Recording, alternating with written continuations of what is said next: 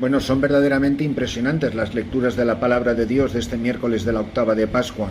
Son tan impresionantes ambas lecturas que habría que hacer una homilía diferente para cada una de las lecturas, porque tienen una importancia capital en la vida de la primitiva comunidad cristiana. Me refiero a aquellos que fueron testigos de la pasión, muerte y resurrección de Jesucristo y que conformaron el primer grupo que estableció la comunidad mesiánica, la comunidad de creyentes en Jesús de Nazaret, que se incorporaron a su vida, a su mensaje, a su obra salvífica, por el bautismo y por los demás sacramentos, por la fracción del pan y por las obras de amor, por las obras de caridad. Son el testimonio de la comunidad primitiva cristiana, una comunidad que vive de la palabra, que vive del sacramento, fundamentalmente del bautismo y de la fracción del pan, y que vive de las obras de caridad, del mandamiento nuevo de amarnos unos a otros. La primera lectura en Hechos de los Apóstoles 3, primeros 10 versículos, nos cuenta cómo Pedro y Juan subieron al templo a la oración a la hora de nona, y cuando entran ven a un lisiado que estaba allí, un lisiado de nacimiento, que lo colocaban siempre en la puerta del templo pues para pedir limosna a todos los que entraban, pues como siguen haciendo los pobres 2000 años después, que se ponen en las puertas de las iglesias. Al ver entrar en el templo a Pedro y a Juan, les pidió limosna a dos testigos de Jesucristo, a dos que han visto al resucitado, a dos que, como dice la palabra, han comido y bebido con él. Les pide solo una limosna. Qué triste es que la gente solo piensa en nosotros para que les demos una limosna cuando tenemos a Jesucristo para darles. Es casi una ofensa. Que un pobre me pida a mí una limosna es una ofensa, porque lo que yo tengo para darle a un pobre es infinitamente más grande. Yo no tengo 3 moneditas. A él le habían puesto ahí como un mendigo profesional. Dice, solían colocarlo todos los días en la puerta del templo. No se colocaba él solo. Era un lisiado de nacimiento. Ahí le ponían y era una fuente de ingreso. Pero al ver entrar en el templo a Pedro y a Juan, les pidió limosna. Pedro, con Juan a su lado, se quedó mirándolo. ¿Qué fuerza tiene esta expresión? No, es como que le clavó la mirada. Y es tan importante la mirada que no solamente dice el texto, se quedó mirando y le dijo. ¿Qué le dice el apóstol Pedro al lisiado? Le dice, míranos. Es lo que le tiene que decir la Iglesia al mundo. Mírame. Soy la transparencia de Cristo resucitado. Soy la presencia de Cristo, buen pastor, vivo, resucitado en medio de su pueblo, el que ha dado la vida por las ovejas, porque nadie tiene amor más grande. El buen pastor que da la vida por las ovejas, dice el capítulo 10 de San Juan. 2 veces, cuando en la cultura hebrea no se usan los superlativos. Para hacer que una cosa sea muy importante, lo que hace la cultura hebrea es repetir muchas veces la misma palabra. Ayer se repitió varias veces la palabra lágrimas. Mientras lloraba, estaba llorando. ¿Por qué lloras? Es para reforzar la importancia de una palabra. Aquí ocurre en 3 palabras, 2 veces es la misma. Pedro, con Juan a su lado, se quedó mirándolo y le dijo, míranos. Punto y aparte, clavó los ojos en ellos. Mirar, ser mirados, la importancia de la mirada. Míranos. Eso es lo que la Iglesia tiene que decirle al mundo. Míranos, que yo tengo algo que decirte. Mira la Iglesia, que la Iglesia es sacramento de Jesucristo resucitado, sacramento universal de salvación. Lo llama preciosísimamente el Concilio Vaticano II. Este sacramento de vida y salvación. Míranos. Y así es como empieza la obra redentora de Cristo por medio de su amada esposa, la Iglesia. Míranos. Importantísima la fuerza de estas palabras. Míranos. Él se les quedó mirando, clavó en ellos la mirada. Es una voz imperativa la del apóstol, que le dice, míranos, la fuerza de la mirada. Hagamos que el mundo nos mire, porque mirándonos verán en nosotros a Jesucristo. Y le dice unas palabras impresionantes Pedro al lisiado, no tengo plata ni oro. Lo que tú me estás pidiendo, de eso no tengo. Pero tengo otra cosa, pero te doy lo que tengo. En nombre de Jesucristo Nazareno, levántate y anda. A lo mejor la gente de esta selva, que es muy pobre, cree que viniendo a mí puede pedirme limosna, pero no se da cuenta que yo tengo algo mucho más importante que unas monedas de oro y plata, que yo tengo el poder de Jesucristo para decirle a este lisiado, levántate y anda, porque yo he venido a esta selva a decirle a este pueblo, levántate y anda, de tus 1000 parálisis, la parálisis del miedo, la parálisis del pecado, la parálisis de la pereza, la parálisis de la incertidumbre frente a los problemas de la vida que han pasado, que aquí tenemos unos y vosotros tenéis otros, pero aquí, en esta selva, en esta jungla impenetrable, o donde estéis cualquiera de vosotros, donde estén cualquiera de ustedes, la misión de la Iglesia será siempre la misma, decirle a un mundo que está paralizado, a un mundo tullido, no tengo oro ni plata. De lo que tengo te doy. Míranos, en nombre de Jesús Nazareno, levántate y anda. Y agarrándolo de la mano derecha, lo incorporó. La Iglesia no solamente le dice al mundo, levántate y anda. La Iglesia tiene que coger a la humanidad y levantarla. Te tiene que levantar a ti y me tiene que levantar a mí.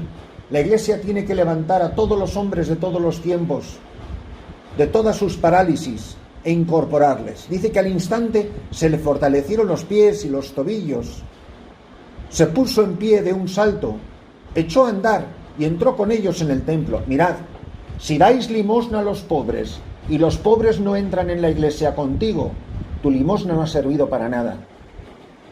Porque a ti te ha usado el pobre para su beneficio material, pero el tesoro que tú tenías no lo ha recibido el pobre.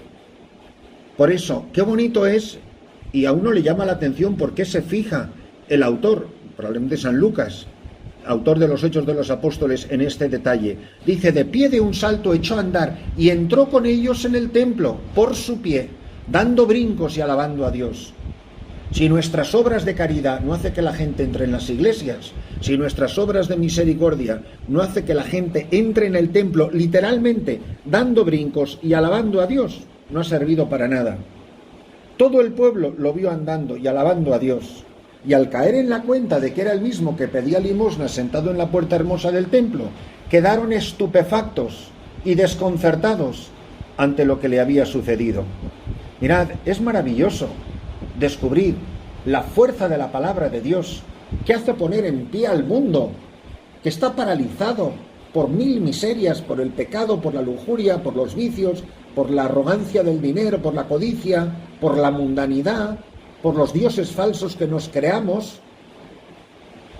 Pero si nosotros nos acercamos a ese mundo tullido y le damos una limosna, que no es lo que teníamos que darles, y ellos no entran en la Iglesia, no entran en el cuerpo de Cristo, no se sientan al banquete de la Eucaristía, no vienen a la fracción del pan, no hemos hecho nada, no ha servido para nada nuestra obra. Hemos hecho la competencia a las Naciones Unidas o a cualquier ONG internacional que luego va promoviendo el aborto, la homosexualidad y los anticonceptivos. Qué importante es entender esto. Si la Iglesia no es capaz de dejar a los que nos ven actuar, dice, cuando vieron lo que había pasado, la gente que lo veía quedó estupefacta y desconcertada. Yo como sacerdote dejo a la gente estupefacta y desconcertada. Tú, laico, seglar, religiosa, me da igual quién tú seas, ¿tú dejas a la gente estupefacta y desconcertada ante lo que había sucedido? Ellos realizan un signo y dicen, en nombre de Jesús Nazareno. Es esa la expresión más importante de este pasaje, en nombre de Jesús Nazareno. Don José Rivera, mi venerable director espiritual, decía, ¿sabéis por qué nosotros no hacemos andar a los tullidos? Porque no tenemos caradura suficiente para decirle a un pobre que no tengo oro ni plata. Si tuviéramos menos oro y tuviéramos menos plata, haríamos andar a los cojos. Pero como sí tenemos oro y plata y no podemos decir como el apóstol que voy con los bolsillos rotos, con los bolsillos vacíos, por eso no hacemos milagros. Que el mundo, ante la maravilla que es la Iglesia, en quien vive el resucitado, quede estupefacto y desconcertado. Y no contento con esto, el pasaje del Evangelio que es larguísimo, de más de 20 versículos, 22 versículos, del capítulo 24 de San Lucas, nos narra la escena de los discípulos de Emaús. Mirad, es de una importancia capital en la historia de la espiritualidad cristiana, de la historia de la espiritualidad católica, porque es un momento determinante para entender en qué consiste la Eucaristía. Y además, los elementos fundamentales de la liturgia de la Santa Misa, que son literalmente la palabra de Dios.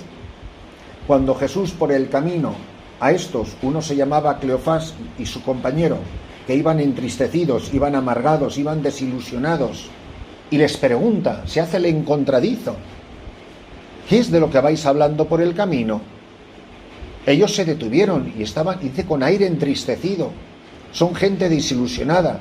¿Eres tú el único extranjero que no sabe lo que ha pasado en Jerusalén? Y él le dice, ¿el qué?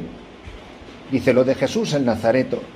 Y les cuentan la historia de Jesús a Jesús, sin darse cuenta, sin ser capaces de reconocerlo.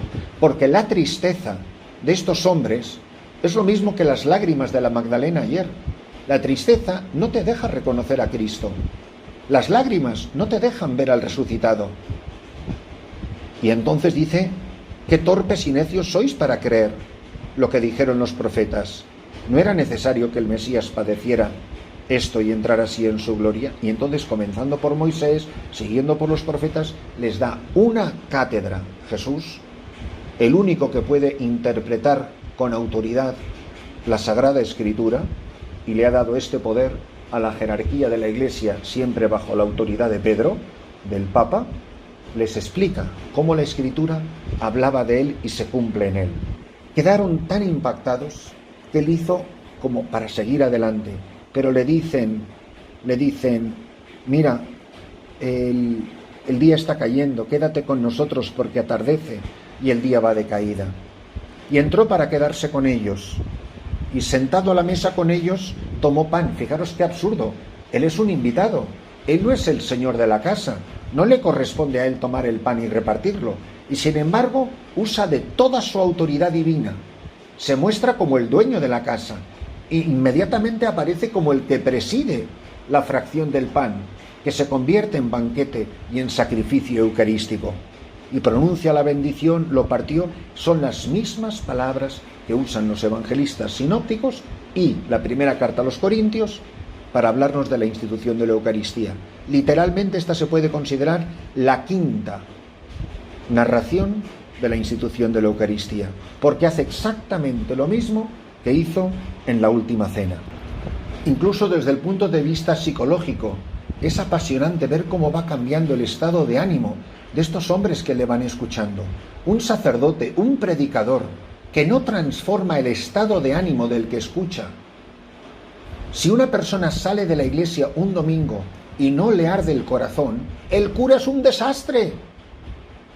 Una persona de buena voluntad que va con buen deseo, con buen espíritu a la iglesia, que se ha esforzado en ir a misa el domingo, tiene derecho a que quien tiene ahí delante el nombre de Jesucristo le hable como Jesucristo habló a los discípulos de Emaús y les arde el corazón. Ay de ti, sacerdote, ay de mí, sacerdote, si cuando yo predique no soy capaz de prender fuego en el corazón del que escucha. Esto mismo se dirán ellos mismos. ¿No nos ardía el corazón? ¿No nos ardía nuestro corazón mientras nos hablaba por el camino y nos explicaba las Escrituras? Dice que al bendecir el pan, dice, quédate con nosotros. Y entró, mane nobiscum domine, quédate con nosotros, Señor. Dice que se les abrieron los ojos en el momento mismo de la fracción del pan. Por eso quizá no le damos los sacerdotes mismos, celebrantes, y mucho menos el pueblo de Dios. Simplemente veis al sacerdote que parte la hostia grande en el altar. Pero por Dios, cuando tú veas al sacerdote que coge la hostia grande y la parte, pide con lágrimas en los ojos. Bueno, con lágrimas no, con alegría en tu corazón. Pide con fe. Señor, que se me abran los ojos. Cuando el sacerdote ahora mismo va a partir el pan, Señor, que se me abran los ojos.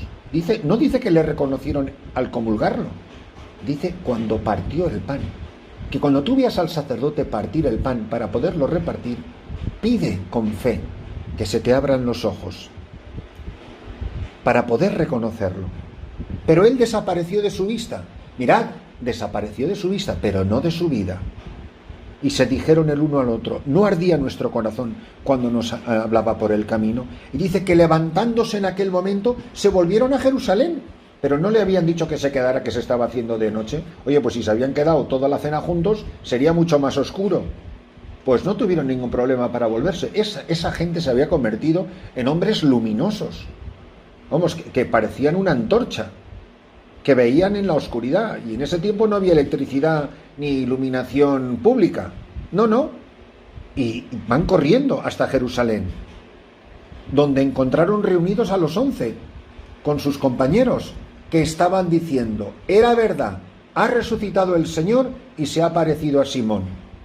Y ellos contaron lo que les había pasado por el camino y cómo lo habían reconocido al partir el pan. ¿Qué es ser cristiano?